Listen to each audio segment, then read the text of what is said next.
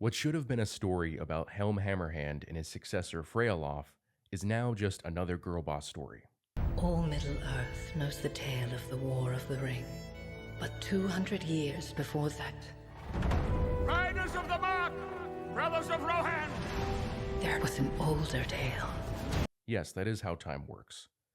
And by the way, that is the actual prologue from the film, or the voiceover is at least.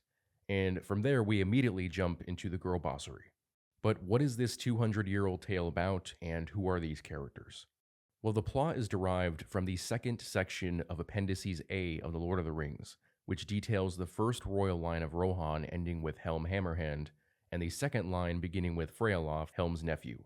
Helm was the ninth king of Rohan, and Helm's Deep was named after him after he used it as a fortress during the long winter and was found dead, standing outside its gate, frozen atop a pile of his enemies. He should be the main character of this film, but after watching the trailer, as well as reading an excerpt from an interview with Philippa Boyens, a creative consultant, and hearing about some insider look at footage of the film, we learned that the main protagonist is in fact Hera, Helm Hammerhand's daughter.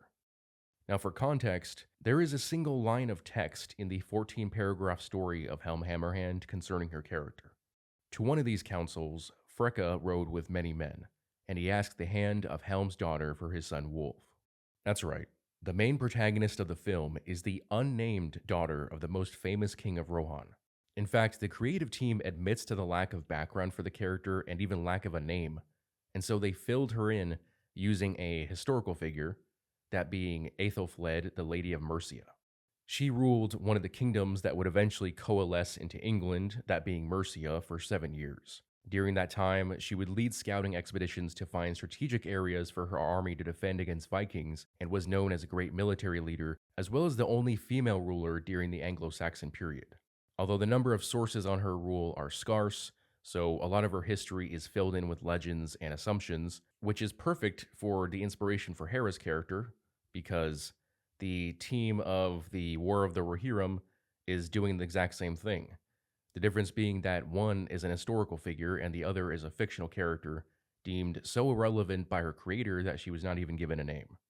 Regarding these changes, Philippa Boyens says the following, "And I really don't think that Professor Tolkien would hate this, because I always see him as a bit of a Mercian himself, being from the Midlands, meaning he came from a certain part of England that would have been where Mercia stood long ago, therefore he should be okay with this character that we pulled out of thin air." So just like the writers did with the Rings of Power, this creative team is making assumptions and assigning beliefs to Tolkien in order to justify creating a girlboss protagonist from a single line of text.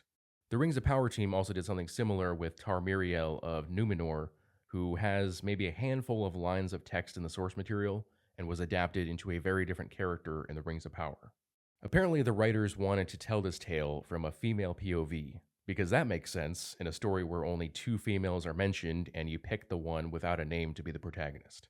Now, supposedly Peter Jackson signed off on some of the creative decisions for the film, even though he wasn't directly involved, and he did adapt the character of Éowyn mostly faithful to the book and didn't turn her into a girl boss. But as we know, Amazon did with Galadriel, and now Warner Bros. Is doing the same with Hera. They even gave her a climbing an ice wall scene. Now, Hera could be a shield maiden like Éowyn. She might have learned how to fight, but when Helm Hammerhand retreats to the Hornburg, he wouldn't send his daughter out on some fellowship-like adventure. Hell, in the source material, Helm wouldn't give his 40-year-old son permission to leave the Hornburg with a scouting party to collect supplies when his people were starving. You think he's going to burden his daughter with the task of becoming the hope of Rohan and defeating Wolf? Also, by centering the story around Hera and Wolf, it becomes sort of a reverse or inverted Romeo and Juliet. Whereas in the source material, it was Freka who proposed the marriage between his son and Helm's daughter. Helm's response was to call him fat, reject the proposal, and kill Freka with one punch before naming all of his kin as enemies to Rohan. 4 years later, Wolf, who is leading the Dunlendings against Edoras at the same time that Easterlings and Corsairs are attacking Rohan. Helm's sons die during the war. He retreats to what would become Helm's Deep and dies there, and his nephew Freyalof ends up killing Wolf and becoming the new king after Helm's death. Now, from the trailer, we get some of that. Like up until the minute and 20 mark of the trailer, it seems to follow the source material and then it immediately deviates to focusing entirely on Hera. So, once again, Hollywood gets a hold of some amazing source material only to use it as the backdrop for a Girlboss story. As far as I'm concerned, the only characters and stories of any significance are those that came directly from the imagination of Tolkien. Everything else is fan fiction. But let me know what you guys think in the comment section below. If you enjoyed this video, I would appreciate it if you would hit that like and subscribe button, as well as the notification bell so that you never miss out on a new video. Thanks for watching.